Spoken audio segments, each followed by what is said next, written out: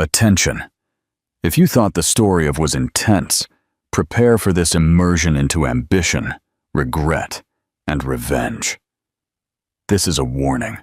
What you are about to read is not a fairy tale. It is the anatomy of a collapse. Imagine the sky over London has burst into tears. Rain lashes furiously against the glass windows of the Ritz Hotel, blurring the iconic silhouettes of Piccadilly Circus and Trafalgar Square into a watercolor of silver and gold lights.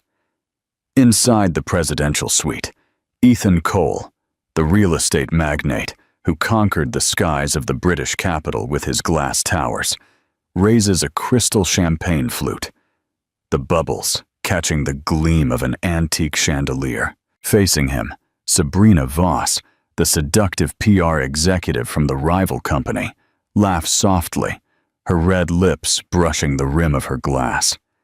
The air between them vibrates with a toxic mix of danger, perfume, and betrayal. Ethan told himself it was just a night to celebrate the deal that made him a multimillionaire again. A harmless escape from the pressure, from the echoes of a baby's cry in his mind. To freedom, Sabrina whispered, clinking her glass against his. Her eyes shone like molten amber. Ethan didn't realize that at that precise moment, freedom came with a price far exceeding his wealth. His phone buzzed on the marble countertop. A text message from his wife, Clara, flashed briefly on the screen. "Baby has a fever. Please come home." He flipped the phone over. Sabrina's hand slid over his. Music thumped faintly from the next room, and outside, a clap of thunder split the London sky. Hours later, the suite was silent, permeated with champagne and regret. Sabrina slept deeply under silk sheets, while Ethan stood by the window, watching the lightning crawl across the city. For a fleeting second, he thought of Clara's soft voice, her tired eyes, the way she used to whisper, "I believe in you," before every big meeting. But belief had long been replaced by ambition. He convinced himself he would make it up to her tomorrow. When dawn broke, he left the hotel, his head pounding and his tie loose around his neck. The streets of Mayfair shimmered with morning rain. He stopped at a cafe, ordered a black coffee, and stared at his reflection in the glass door. An expensive suit, sunken eyes, a stranger looking back. When he arrived at his luxury penthouse, the air felt strange, too quiet. No cooing from the baby's room, no scent of baby lotion or fresh coffee. His gut twisted. "Clara!" he shouted, his voice echoing off the walls.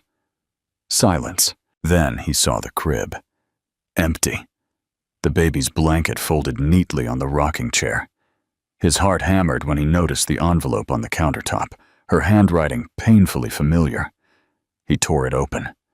Inside was a single page and the house key. The words were short, shaky, but clear. "Last night, while you were with her, our son's fever reached 39 degrees. I waited for you.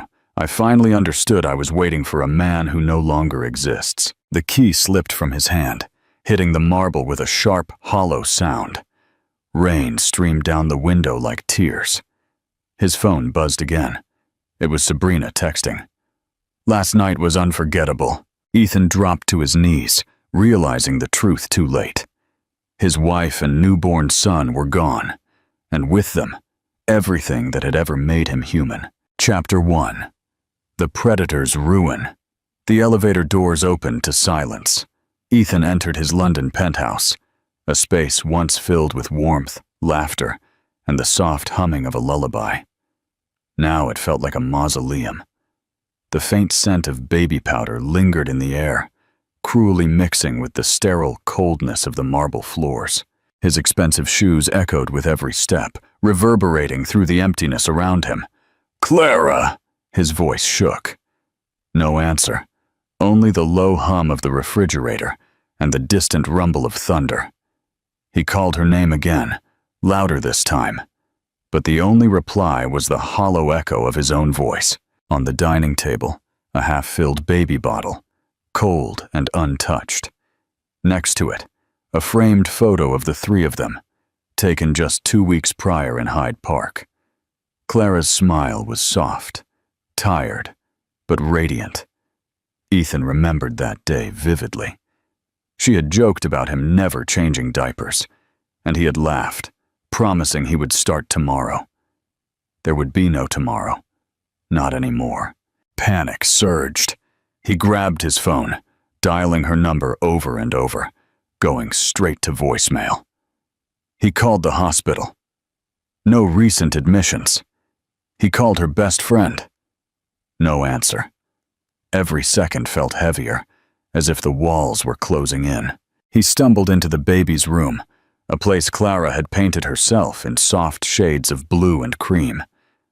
The rocking chair creaked slightly, swaying from the draft of the open window. On the dresser, his wedding ring gleamed next to a folded note. The handwriting was hers. Calm, deliberate, final. "Don't look for us. You already chose who you are." His breath hitched. For the first time in years, Ethan Cole, the man who conquered the London skyline, felt helpless. He sank onto the nursery floor, clutching the note. The city that once bowed to him now loomed as an indifferent giant beyond the glass. A knock startled him. He opened the door to find his assistant, Ben, holding a tablet. "Sir, we have a problem," he said cautiously. "The press just ran a story about last night. Photos. You and Sabrina at the Ritz." Ethan froze. "What?"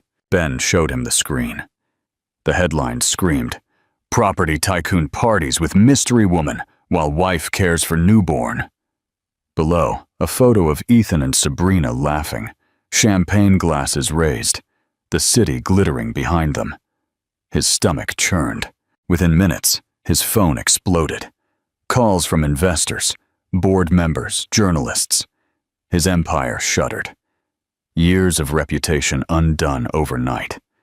Sabrina had promised discretion, but she had also recorded everything. He could already hear her voice from the night before. Sweet, rehearsed, dangerous. "Relax, Ethan. No one ever has to know." Now, everyone knew. He stumbled to the liquor cabinet and poured a glass of whiskey. His hands trembled so badly the liquid spilled over the counter. On the floor, near the door, lay a small blue sock belonging to his son. He picked it up, pressing it against his face, the scent of baby powder hitting him like a knife. For a moment he imagined Clara there, whispering softly, "He needs you." But all he heard was the echo of his own choices. A storm brewed over the city, lightning crisscrossing the horizon like judgment. His reflection in the window glass looked alien. Bloodshot eyes, disheveled tie, vacant face. Ethan Cole had built skyscrapers, bought MPs, and bent markets to his will. But now he couldn't even find his wife. And somewhere deep inside, he knew this was only the beginning of his punishment. Black Pawn, Chapter 2. Revenge is served cold. On Fifth Avenue, the morning light filtered through the tall windows of Sabrina Voss's luxurious New York City apartment on Fifth Avenue. She considered London just a stepping stone. The place smelled of vanilla candles and victory. She sat cross-legged on a cream sofa, scrolling through her phone as the headlines about Ethan's scandal exploded online. Her lips curved into a smirk. "Poor Clara," she muttered mockingly, stirring her oat milk latte. She never understood the kind of man she married. Ethan stood near the window, his jaw clenched, staring out at the city that once adored him. Every news outlet ran the same story. Multimillionaire Ethan Cole's secret night at the plaza. Photos of him with Sabrina at the bar, laughing, her touching his hand. His board called non-stop. His investors demanded an explanation. "Is this your idea of discretion?" Ethan snapped. His voice resonated off the marble floors. Sabrina didn't even flinch. "Relax, Ethan. The media forgets faster than they forgive. A few donations, some interviews about mental health and pressure. You'll be the misunderstood genius next week." Ethan glared at her, feeling a wave of disgust. "You don't understand. Clara is gone with my son. Do you understand that?" Sabrina finally looked up, feigning sympathy. "You told me she was fragile. Maybe she finally broke." Ethan's hand slammed against the wall. "You think this is funny?" She smiled. "I think it's ironic. You wanted freedom, didn't you? Well, now you have it." Her phone buzzed, and she angled it toward him. It was a message from an anonymous source. "The offer still stands. $500,000 for the footage." Below the text was a blurred thumbnail. Ethan shirtless, kissing her shoulder at the plaza. He froze. "You recorded me?" "Sure, darling," she said softly, setting the phone aside. "You're not the first man to promise a paradise and deliver betrayal. I learned to protect myself." Ethan stepped toward her, rage burning in his eyes. "Delete it or what?" "Or what?" she whispered, rising to meet his height. "You'll hit me? You'll threaten me? You might have scared your wife with that billionaire tone, but I'm not her. I'm the one who knows what you look like when you're weak." Ethan's breathing grew heavy. He spun around, pacing the room, running both hands through his hair. Every second near her felt poisonous. His phone rang. It was his CFO. He answered quickly, his voice tight. "Ethan," the man said nervously, "we have a situation. Someone just sold internal documents to hold capital. They're staging a hostile takeover. We're bleeding shares minute by minute." "Stop!" "Raymond Holt," Ethan muttered. "Yes. And there's more. The documents came from your private server. It was accessed under the credentials of Sabrina Voss." Ethan's gaze snapped back to her. Sabrina was smiling, calm, almost proud. "You sold me out," he said in disbelief. She shrugged. "Business, darling. Holt offered me protection and options. You offered me lies." He stared at her as realization dawned. Clara hadn't been the only one planning an escape. He had been living in a web woven by every lie he had told.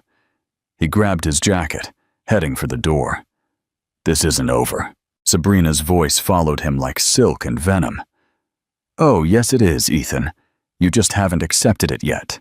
The elevator doors closed behind him, trapping his reflection in the mirrored walls.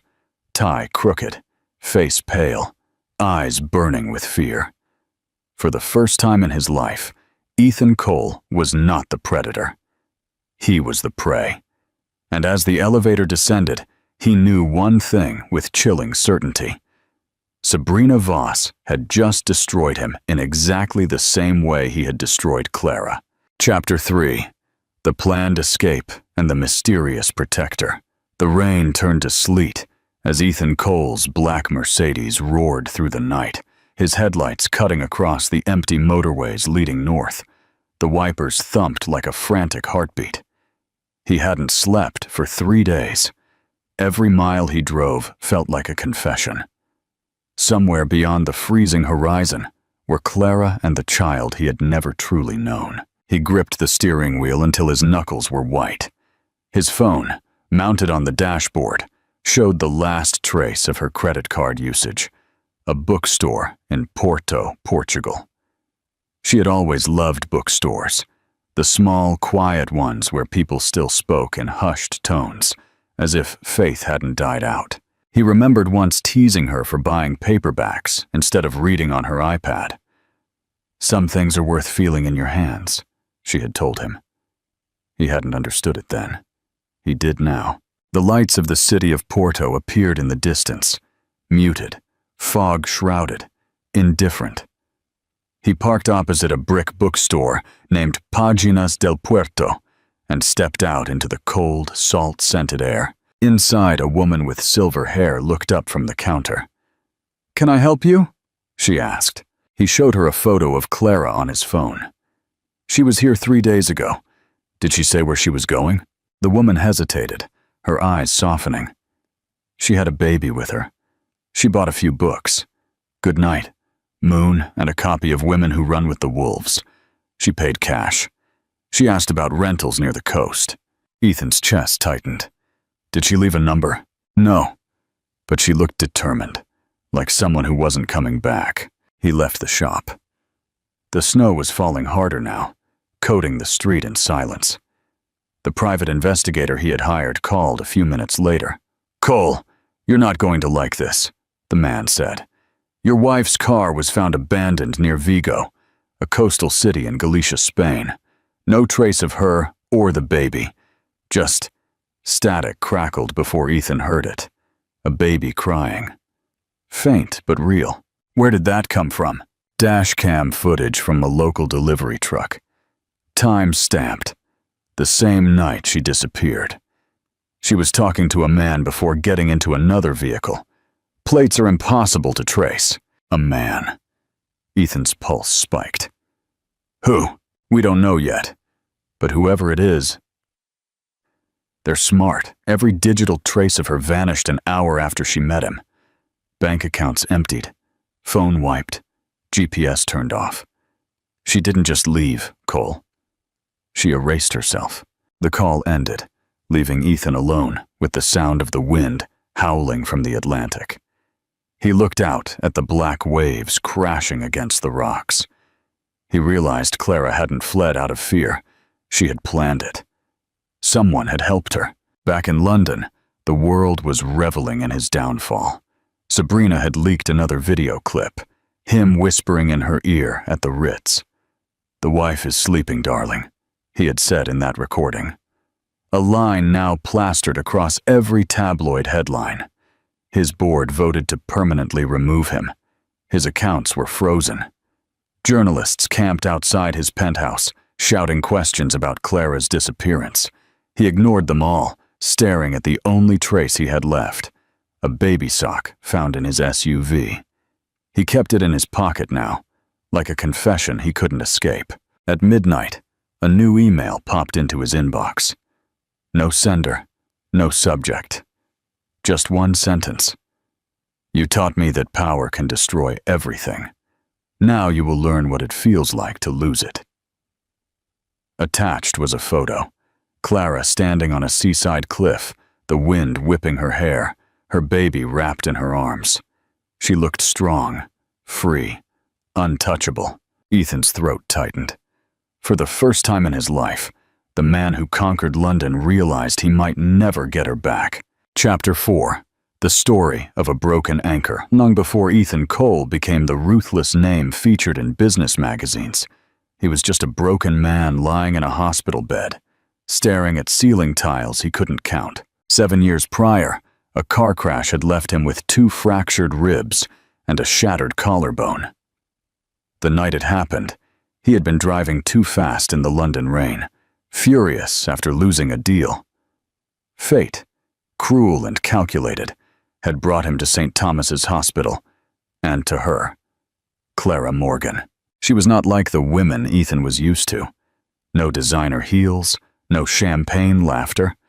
Her hair was pulled back in a messy bun, strands falling over her forehead as she checked his IV. She smelled faintly of lavender and antiseptic. "You're lucky," she said, her voice quiet but firm. "The car is totaled, but your heart is still beating. Try to keep it that way." He smiled despite the pain. "Do you always talk to your patients like that?" "Only the arrogant ones," she replied, scribbling notes on his chart. For the first time in years, someone looked at him and didn't see money or power. They saw a man who was bleeding, scared, and stubborn. During his 3-week recovery, she became his anchor. They talked at night when the city outside went quiet. She told him about her childhood in Cornwall, how she had lost her mother to illness, how she worked double shifts to pay for nursing school. He told her nothing about business, only his dreams of one day building something that mattered. On his last day, he tried to slip her an envelope of cash, a thank you for her kindness. She refused. "Gratitude cannot be bought, Mr. Cole. Some things are just felt." He watched her walk away, that quiet confidence etched into his memory. Months later, he showed up at her hospital with flowers and a simple request. Coffee. She hesitated, but said yes. That coffee turned into dinners, laughter, and long walks through Regent's Park. By the following spring, she was Mrs. Clara Cole. In the early years, their love was a sacred thing. They lived in a modest flat in Notting Hill, eating Chinese takeout on the floor, laughing over nothing. She used to draw little hearts on his napkins before he left for work. "Don't forget why you started," she would whisper.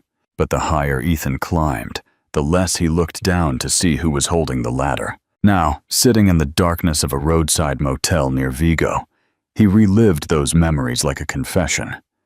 He could almost hear her voice. Gratitude cannot be bought. The same woman who once healed him was now the one surgically destroying him. His phone buzzed again. Another blow. His lawyer texted, "Your wife removed your name from the joint trust fund. The transfer was made to a C. Morgan Foundation." He stared at the message, realizing the truth like sinking ice. That was her maiden name. She hadn't fled. She had rebuilt her identity. She had learned from the man who taught her everything about control and used those lessons against him. He poured another drink, but the whiskey burned like the truth. The woman he once saved had become the one who saved herself. A knock echoed on the thin motel walls. Ethan froze. He opened the door to find a package tossed onto the floor. No return address.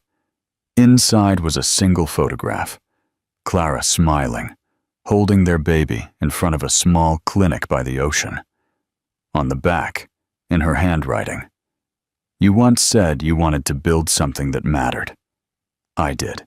The photo slipped from his hand as his chest constricted with a pain deeper than guilt. Chapter 5. Sabrina's Secret and the Family's Judgment.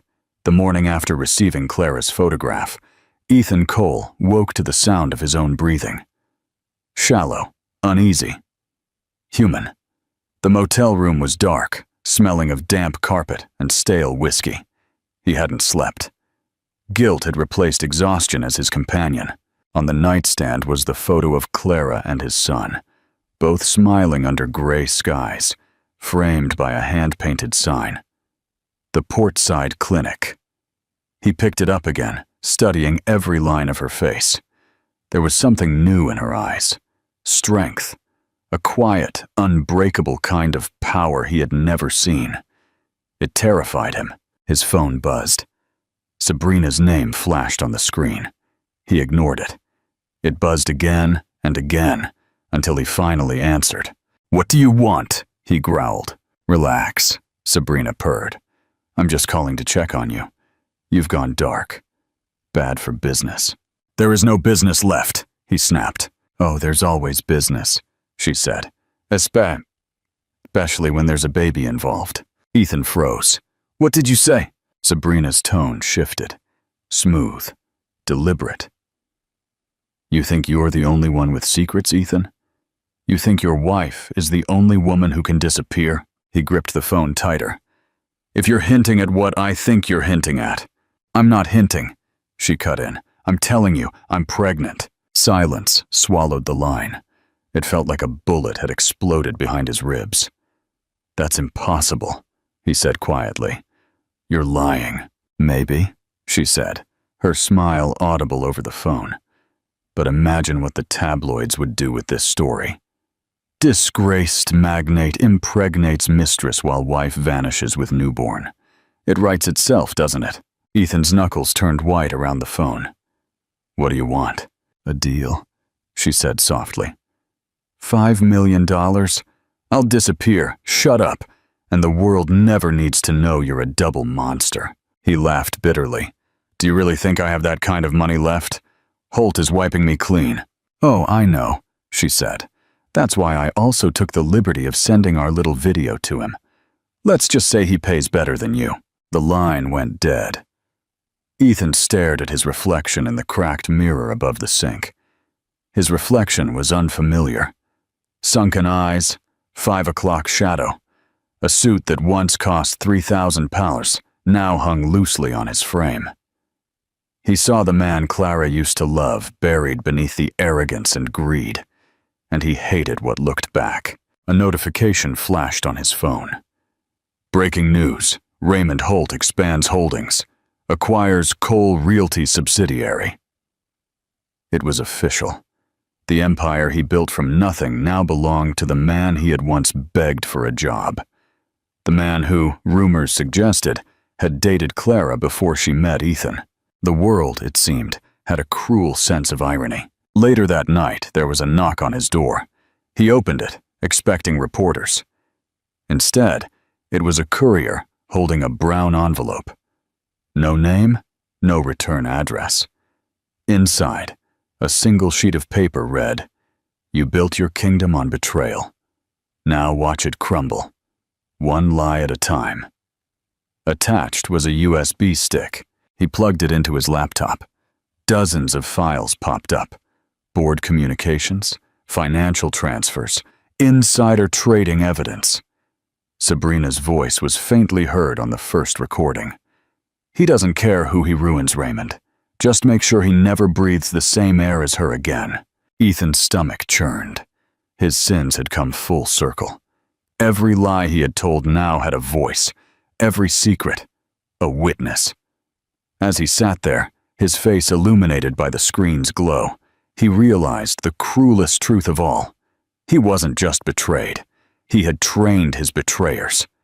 The enemy in his mirror had multiplied. Chapter 6.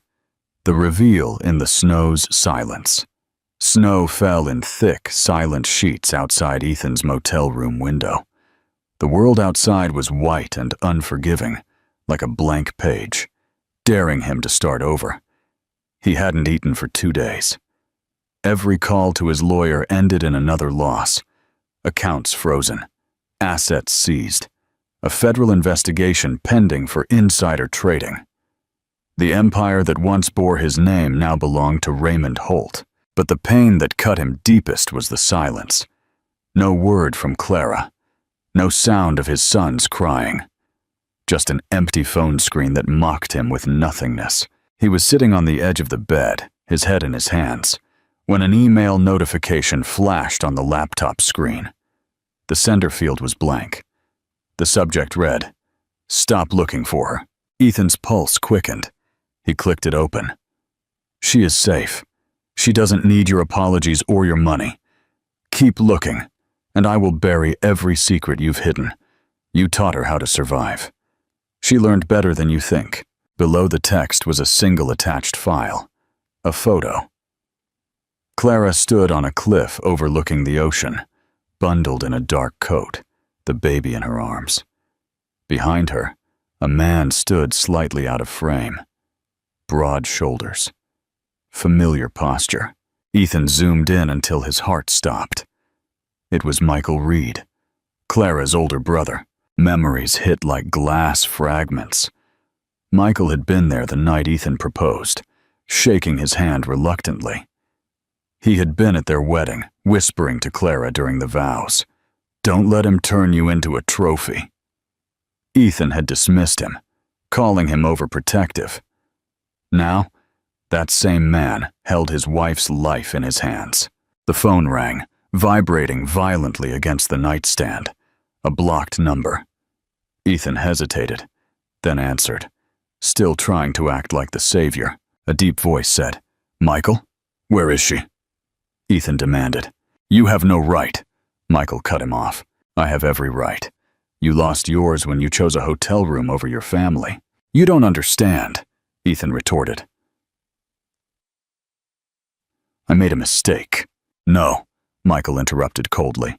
"You created a pattern." Ethan's throat tightened. "Please, I just want to see my son." There was silence on the line. Then Michael's voice softened, almost pitying. "Your son doesn't need to see what a man looks like when he's destroying himself. Clara built something here. She's helping people again. She's happy." Ethan pressed his hand against his forehead. "If she's happy, then why the threats? Why the games?" "Because you don't quit, Ethan. You never have. So I'm giving you a reason to." "Holt, what do you mean? Remember the charity fund you used to move accounts offshore? The one in Holt's name?" Ethan froze. "That's sealed." "Not anymore," Michael said. "I have copies of everything. If you follow her again, I'll leak it to every media outlet in the country. Holt, Sabrina, the SEC. Everyone will see what kind of man you truly are. Ethan felt his stomach clench. You're blackmailing me. No, Michael said. I'm protecting her. Someone should have a long time ago. The line went dead. For a long moment, Ethan simply stood there, staring into the darkness. The only sound was the wind rattling the thin windows. He finally understood. Clara hadn't disappeared out of fear. She had escaped under protection. She had allies, people who had learned to fight the monster he had become. Outside, a black SUV was parked across the street. A silhouette sat inside, watching. Ethan moved toward the window, but before he could blink, the vehicle's lights flared and it sped away into the snow. He realized then that Michael wasn't lying. Clara was somewhere nearby, and every step Ethan took toward her would lead him face to face, not with her forgiveness, but with his own destruction. Chapter 7. The Confrontation and the Forced Confession. London looked crueler under the winter light. Sharp, metallic, soulless. Ethan Cole walked into his former office on Canary Wharf like a ghost, returning to the scene of his own execution. Cameras flashed outside the revolving doors. Reporters shouted questions about bankruptcy, betrayal, and missing wives. He ignored them all. Inside, the marble lobby that once bore his initials now featured a shiny silver plaque. Holt Capital Realty. Raymond Holt had officially won. The receptionist, a young woman who once leaped to greet him, now avoided his eyes. Mr. Holt is unavailable, she muttered. Ethan smiled bitterly. He will be, darling. He pushed through the glass doors of the executive boardroom. Holt stood at the head of the table, hands in his pockets, watching the snow fall over London. His suit was impeccable, his calm unnerving. You're either brave or desperate to walk in here, Cole, he said, without turning around. Perhaps both, Ethan replied. But this isn't about us anymore. It's about Clara. Holt finally faced him, raising an eyebrow. You mean the woman you shattered? Ethan swallowed. Someone is trying to destroy her foundation. They're linking it to my old offshore accounts. If the story goes public, she'll lose everything she's built. Holt studied him for a long moment, then smiled. You sound sincere. That's new. I'm not asking for forgiveness, Ethan said. I'm asking for help. Holt poured 2 glasses of whiskey and offered him one. You're late. The leak didn't come from me. It came from Sabrina Voss. Ethan's grip tightened. She's working with someone. Holt nodded. A senator's aide. They're mutually blackmailing each other, using you as collateral. Sabrina is demanding $5 million to bury the evidence. Typical of her. Ethan's stomach churned. If this gets out, Clara's name will be dragged through the mud. She doesn't deserve that. Holt leaned in, his voice low. I didn't deserve for you to steal her from me 7 years ago either. Boom! The words hit harder than Ethan expected. You think I planned any of this? I think you were blinded by ego, but maybe, Holt swirled the whiskey, maybe you finally learned what it costs to be human. Then help me, Ethan said quietly. Not for me, for her. Holt sighed. I'll make some calls, but if Sabrina isn't lying, she won't stop until someone stops her for good. Ethan left the building, his pulse racing. Holt's words echoed in his head. The streets were slick with ice, the neon lights reflecting in the puddles like broken glass. He walked for hours, his mind reeling with guilt and fury, until his phone buzzed. A message from Sabrina Voss, still playing the hero. Meet me at the Langham. Midnight. Bring what's left of your soul. He arrived at the hotel just before midnight. Sabrina waited for him at the bar, dressed in black, her eyes shining like polished obsidian. You look terrible, she said, sipping her martini. Redemption doesn't suit you. He sat across from her. You're dragging Clara into this now. She has nothing to do with you. Sabrina leaned forward. Oh, but she has everything to do with me. You left me for her long before you ever slept with me. Ethan frowned. What are you talking about? I wanted to be the woman who could save you, she said, her voice shaking slightly for the first time, almost human. But she already was. You just didn't realize it until it was too late. Ethan stared at her, realizing that beneath the venom, there was truth. I won't pay you anything, he said. Release the files, and I'll expose myself. The world will know I lied, that I cheated, that I ruined her. But I'll also make sure everyone knows you did too. Sabrina's smile faltered. You wouldn't dare. I already did, he said, then standing up. Check your email. Her eyes darted to her phone. The color drained from her face as she read the subject line. Confession of a Broken Man, by Ethan Cole. He had leaked his own story to the press before she could. For the first time, she looked small. You just torched your empire, she whispered. Ethan nodded.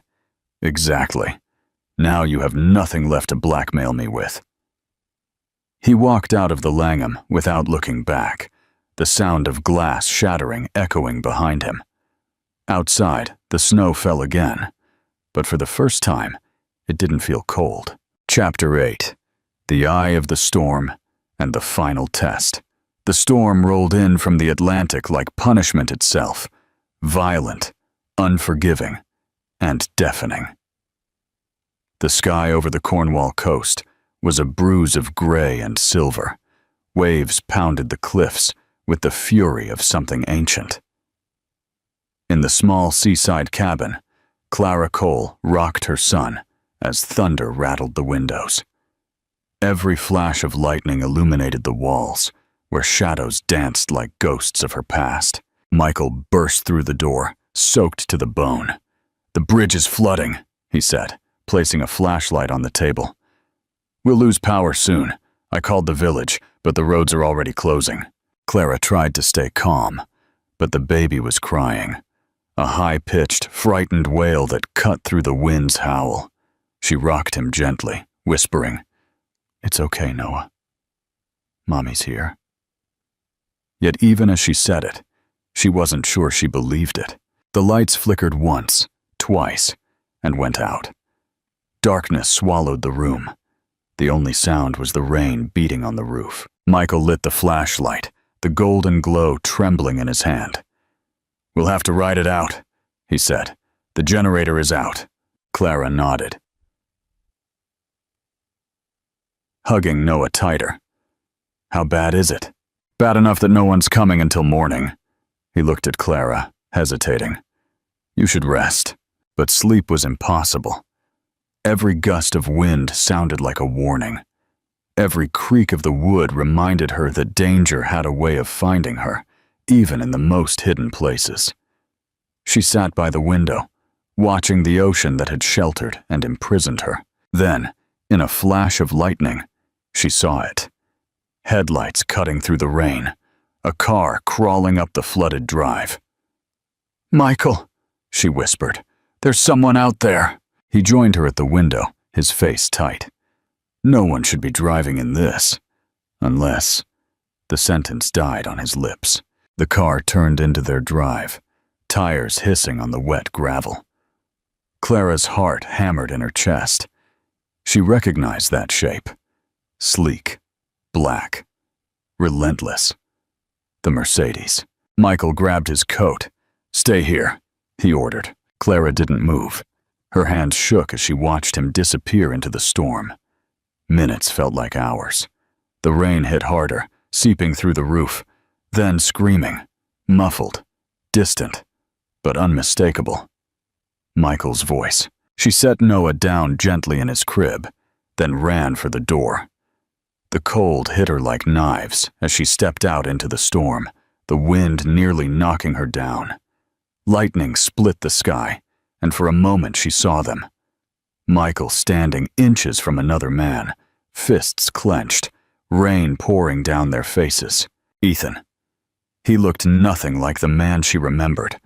His hair was longer, his clothes soaked and torn. The arrogance was gone, replaced by something raw. Desperation. Clara! he shouted over the wind's roar. "Please!" Michael blocked his path. "You shouldn't be here." "I needed to see her," Ethan yelled. "I didn't come to take her. I just needed to know she was alive."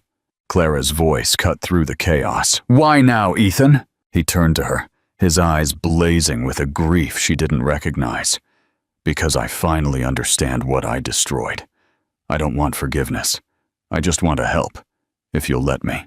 Another bolt of lightning struck nearby, shaking the ground. The wind screamed louder, and suddenly, the cabin roof gave way with a crash. Michael grabbed Noah's crib as debris flew. Clara screamed, searching for her son. Ethan lunged, shielding both of them with his body as part of the ceiling collapsed behind him. When the storm finally began to subside, the three of them were huddled in the corner, soaked, shivering, but alive. Noah's small hand reached up and grabbed Ethan's soaked shirt, holding on tightly. For the first time, Clara didn't pull him away. Chapter 9. Redemption is not bought, it is earned. Morning dawned pale and fragile after the storm. The sea was calmer now, though broken branches and debris littered the shore. Inside the damaged cabin, the smell of wet wood and smoke lingered. Clara sat by the fireplace, her son bundled in a blanket against her chest. Across the room, Ethan stood silently, toweling his hair dry. The bandage on his arm was new. He had been cut, saving them from the ceiling collapse. Michael leaned against the wall, staring at him. "You shouldn't have come," he said bluntly. Ethan's voice was low, but firm. "Do you think I planned to show up in a hurricane? I didn't even know I was here until the road signs disappeared behind me. I just drove north until I couldn't anymore." Michael scoffed. "So what? You thought you'd show up, play the hero, and she'd forget everything you did?" "Stop," Clara said quietly. Both men turned to her. Her voice shook, but her eyes were steady. "No more fighting. Not here. Not in front of him." She looked at Noah, who had fallen asleep against her shoulder. "He's seen enough storms." Ethan took a step closer. "Clara, I didn't come for pity or forgiveness. I came because I needed to face what I did, to see what I destroyed." She looked at him, her face pale in the morning light. "Destroy is the right word," she said softly. "Do you know what it's like to sit alone with a newborn, praying the fever breaks while your husband's phone goes to voicemail? Do you know what it's like to realize the man you trusted would rather be seen with someone else than hold his son?" Ethan's voice cracked. "Every day since then, I've relived that night. Every call I ignored, every lie I told. I don't deserve your forgiveness. I know that. But please let me at least help now. Let me be a father to him." Michael stepped forward. "You think you can just waltz back into her life and play daddy? You're lucky she didn't throw you back out into that storm." Ethan didn't flinch. "You don't have to like me. Just let me try to do one thing right." Clara's eyes glistened. "You can't undo what's been done." He nodded slowly. "No, but maybe I can prevent more harm from coming." He reached into his coat and pulled out a folder, soaked but intact. "Sabrina is trying to destroy you. She's feeding the media false information about your foundation, linking it to my old accounts. I came to warn you before it's too late." Michael snatched the folder, flipping through the pages. "This could ruin her." Clara's face paled. "She's doing this to hurt me?" Ethan shook his head. "To hurt me, you're just collateral damage." For a moment, silence filled the room, save for the crackling of the fire. Clara got up and walked toward him, her bare feet silent on the wooden floor. "You could have sent a lawyer. You didn't have to come yourself." "I couldn't let someone else protect you again," he said simply. Something in his tone broke her guard, if only for a second. He looked spent, his once proud shoulders slumped, his hands shaking slightly. This was not the man who had abandoned her for luxury. This was a man stripped of everything but regret. Michael's voice softened. "If this leak runs, the feds will investigate her too." Ethan nodded. That's why I need to go back to London. I'll take the fall. I'll sign whatever confession they want. She and the baby remain untouched. Clara blinked back tears. You'd ruin yourself for us. He smiled faintly. It's the easiest decision I've ever made. Outside, the gray sky began to clear, light filtering through the broken window. Clara watched him walk out of the cabin and climb into his car, the ocean wind whipping his hair. For the first time, she felt no hatred, only the pang of something that still refused to die. Chapter 10. Rebuilding and the Last Letter. The drive back to London took Ethan 10 hours through endless gray rain. Every mile felt heavier, a countdown to whatever reckoning awaited him at the end of the road. Holt had warned him. Once he confessed, there would be no going back. But Ethan no longer thought about his empire. He thought about Clara, a trembling voice, her eyes filled with both fury and something dangerously close to compassion. When he arrived in the city, the skyline didn't feel like home. It looked like a judgment. His old penthouse, once a beacon of wealth and pride, was now dark and empty. He checked into a cheap hotel in the Shoreditch area and spent the night drafting a confession, one that would clear Clara's name and expose his own crimes. He wrote slowly and deliberately. I, Ethan Cole, acknowledge I falsified company accounts to protect my personal holdings. The Clara Morgan Foundation had no knowledge or involvement in these transactions. Any accusations against Clara Cole result only from my deception. When he finished, he signed it and stared at the page until the ink blurred. The next morning, he handed the confession to a journalist from the Times. Publish it, he said. All of it. The woman looked startled. Are you sure? This will destroy what's left of your reputation. It's already gone, he replied. But maybe it will give her a chance to live. By noon, the story was everywhere. Ethan Cole confesses financial fraud, exonerates wife. The same networks that once celebrated his rise now devoured his fall. Reporters camped outside the courthouse, his name trending alongside words like shame and betrayal. That night, he sat on a park bench near the River Thames, the city lights reflecting in the black water. His phone buzzed with dozens of messages. Lawyers, former partners, old friends, begging him to retract his statement. He ignored them all. Then a text message from an unknown number popped up. You shouldn't have done this. Michael. Ethan hesitated, then replied. Tell her it's over. She's free. A few minutes later, the reply came. She already was. He closed his eyes, breathing in the cold wind that cut through his coat. Somewhere, he hoped Clara was sleeping, her son safe by her side. That thought alone made the ruin worthwhile, but the universe wasn't quite done with him. Just after midnight, his phone rang again. This time, it was the Vigo hospital. The nurse's voice trembled.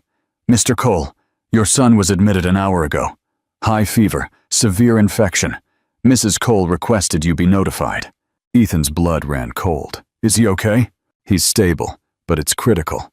The nearest pediatric surgeon is in Lisbon. We're arranging emergency transport. He didn't think.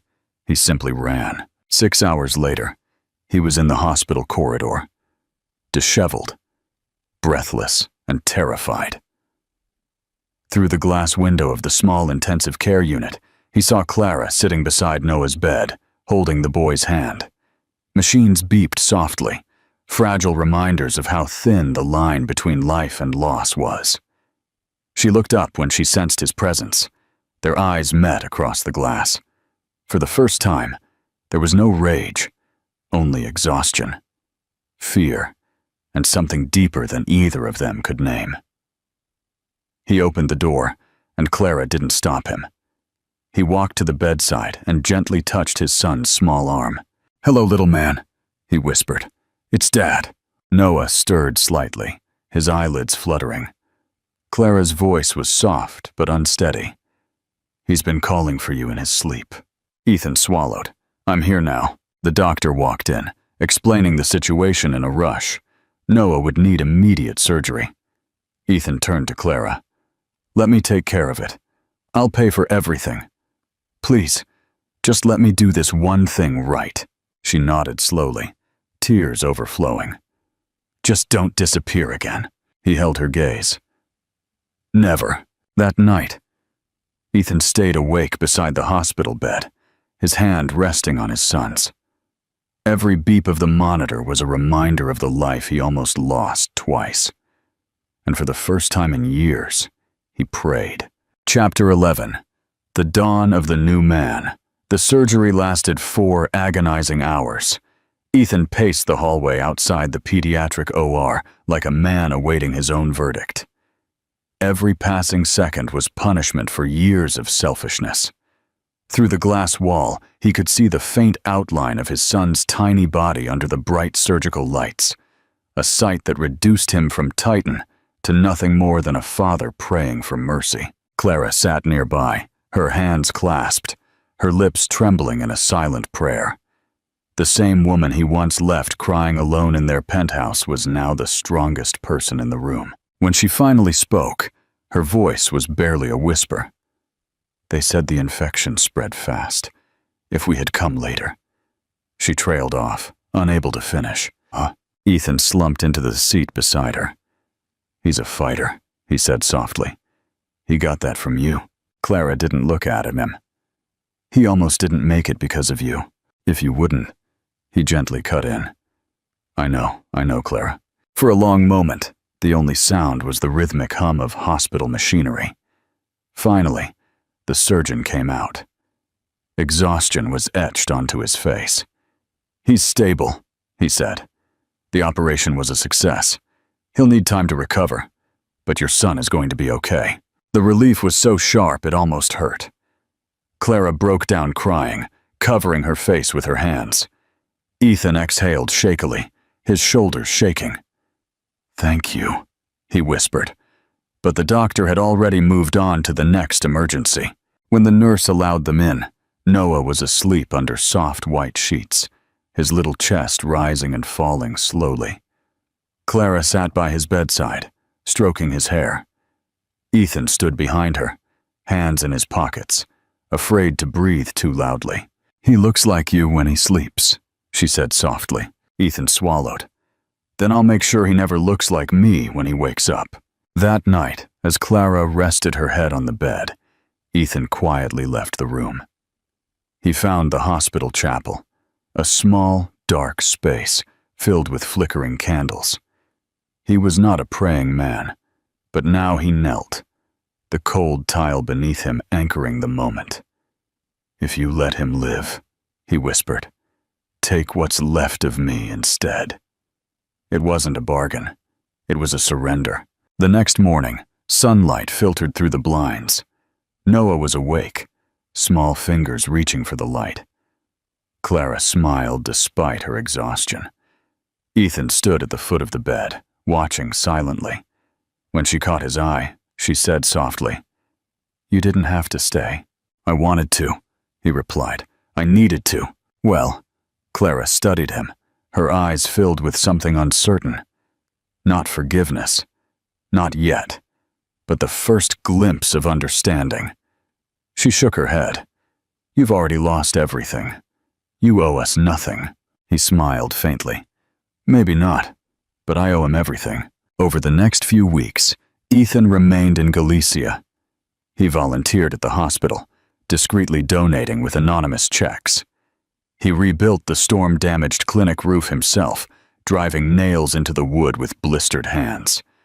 The people of the village, once wary of the haunted-eyed stranger, began to nod when he passed. One afternoon, Clara found him painting the fence outside the cabin, sleeves rolled up, the sun shining on his arm. "You're not the man I married," she said, crossing her arms. Ethan paused, lowering the brush. "I know.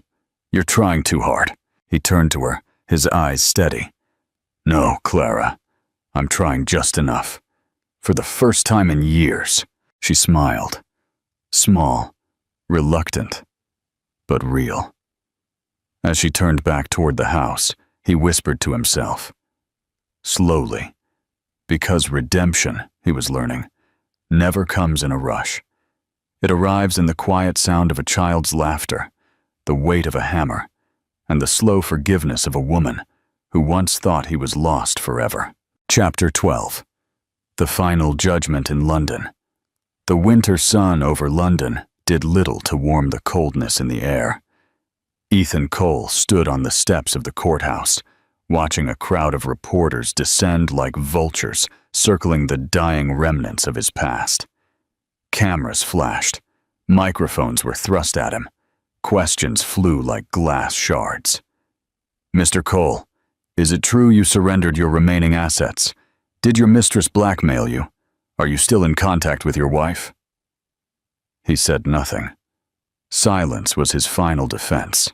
Beside him, his lawyer whispered, "You don't have to face her in person. The deposition can be remote." Ethan shook his head. "No, I need to see it end." Inside, the courtroom was cold and sterile, filled with murmurs. At the defense table sat Sabrina Voss, immaculate as ever, but the glamour was cracking. Her once flawless skin was pale, her eyes red-rimmed from sleepless nights. She wore confidence like a costume now, one she could no longer afford. When the judge entered, all noise died. The prosecution began presenting evidence, screenshots, emails, financial transfers. Sabrina's voice recorded on a phone call played through the speakers. "If he doesn't pay, I'll make sure his wife's foundation burns with him." A gasp went through the room. Even Sabrina flinched. Ethan watched her face intently, but there was no satisfaction in seeing her crumble, only exhaustion. She had been the mirror of his worst self, greedy, manipulative, empty. When it was his turn to testify, Ethan rose slowly. "I am not here to destroy her," he said quietly. "We both built our lives on deceit. The difference is that I stopped." The judge raised an eyebrow. "And why should the court believe that, Mr. Cole?" "Because I've already lost everything worth lying for." Sabrina's lawyer tried to counter, but the evidence was overwhelming. The leaked files, the blackmail payments, the offshore accounts in her name. It all painted the same picture. By the time the closing statements were made, Sabrina's mask had completely shattered. When the verdict came, guilty of charges of extortion and corporate fraud, she didn't cry. She simply looked at Ethan, eyes blazing, lips trembling with something between hatred and sadness. As the guards led her away, she turned back to him and whispered, "You think you've won, but redemption doesn't erase who you were." He held her gaze calmly. "No, but it lets me start over." Outside, the press swarmed again, but Ethan ignored them. He walked down the steps into the biting wind, the first snowflakes drifting over the city. He passed a Tiffany storefront, rings glittering under soft yellow light, and thought of Clara's wedding ring, the one she had left on their kitchen counter the night she disappeared. That night, Holt called.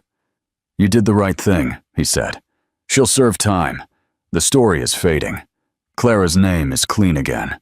"I didn't do it for the headlines, you see," Ethan said. "I know, but the world loves a redemption arc. People are already calling you the man who burned his empire to rebuild his soul." Ethan almost laughed. "I'm not rebuilt, not yet." After hanging up, he looked at the skyline glowing under the snow. He thought of Cornwall, the quiet waves, the little clinic, his son's laughter. For the first time, the city that once defined him felt small. A week later, a letter arrived at Clara's cabin. Unsigned, just one sentence written in Ethan's hand. "It's gone. You are free." Clara read it twice, her fingers trembling. Then she folded it neatly and put it away in the wooden box where she kept the unsent letters, her silent archive of everything they had survived. Outside, the tide came in soft and steady, and somewhere miles away, a man walked alone in the snow, no longer running from his past, only toward the possibility of grace. Chapter 13. The Rooftop Garden. Spring arrived late to New York that year. For months, the city had worn a gray coat. But on this morning, sunlight poured over the streets like a promise. Ethan Cole adjusted his tie in the mirror, barely recognizing the man who looked back. He was no longer the Tom Ford-suited multimillionaire. He was no longer the tabloid disgrace. Newspapers now called him something different. The man who rebuilt with honor. It had been 6 months since Sabrina's sentencing. 6 months since Ethan stepped away from the world that adored money and applause. In that time, he had sold his last property, liquidated what remained of his assets, and donated every penny to the Noah Cole Foundation for Child Health, named after his son. The board of Mount Sinai Hospital in New York, where the main conference would be held, had invited him and Clara to speak at the inauguration ceremony of the new pediatric wing. He hadn't seen her in person since Cornwall. Letters had replaced words, their messages slow and cautious, filled with wounds that were stitched but not yet healed. Now, backstage in the hospital's bright marble lobby, he felt his pulse accelerate as the presenter spoke her name. Please welcome Clara Morgan Cole, founder of the Portside Clinic and co-chair of the Noah Foundation. Applause filled the room. She walked onto the podium, radiant in a simple navy dress, her hair falling loose over her shoulders. She looked nothing like the woman he had left. She looked like the woman she was always meant to be. Clara began to speak, her voice steady, measured. When we built this wing, it wasn't just about saving lives.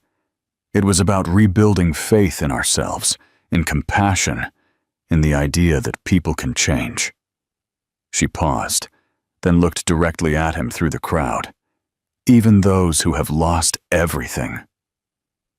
The audience murmured softly. Ethan's throat constricted. For a moment, the world was silent between them. When it was his turn, he walked to the podium slowly, his hands shaking slightly. I've spent most of my life building things that touch the sky, he said. Skyscrapers, companies, empires. But they all collapsed because I forgot what mattered on the ground. My wife reminded me, through her strength, her silence, her mercy, that the greatest legacy a man can leave is not made of steel or glass. It is made of forgiveness. There was no applause at first, only stillness, the kind that meant people were listening. Then the sound grew, wave after wave, until the whole room stood in ovation. After the ceremony, he found Clara standing alone by the hospital's rooftop garden. The city stretched out below them, bathed in gold. Noah played nearby with a nurse, laughing, the kind of laughter that once seemed impossible. You spoke beautifully, she said without turning around. I meant every word, he replied. Clara looked at him, her expression unreadable. People are calling you a hero now. Ethan shook his head. Heroes don't destroy the things they love. She smiled faintly. Perhaps heroes are just people who learn too late, but try anyway. They stood in silence, the wind brushing past them. Then she said softly, I didn't think you would come today. I had to, he admitted. I needed to see the life you built without me. Clara turned to him fully. It wasn't without you, Ethan. It was because of you. Because losing you forced me to become stronger. Her honesty cut deeper than any insult, yet it also healed something in him. As the sun began to set, the three of them, father, mother, and son, stood together for the first time without fear. Clara reached out, her fingers brushing his. He'll be old enough to understand someday, she said softly. When he asks who you are, what should I tell him? Ethan's voice was low, firm. Tell him I am a man who forgot what love was and spent the rest of his life learning how to deserve it. Epilogue. The weight of gratitude. The air outside Mount Sinai Hospital vibrated with the warmth of spring, the kind of New York morning that smelled of fresh coffee and second chances. Flags snapped in the breeze over the grand entrance. the Noah Cole Pediatric Wing. A new beginning.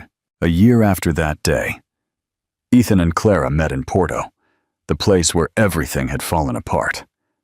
On the terrace of the River Cafe, the restaurant where they had their first anniversary dinner, the sky shone over the Douro River. "Do you still miss the power?" Clara asks. He shakes his head.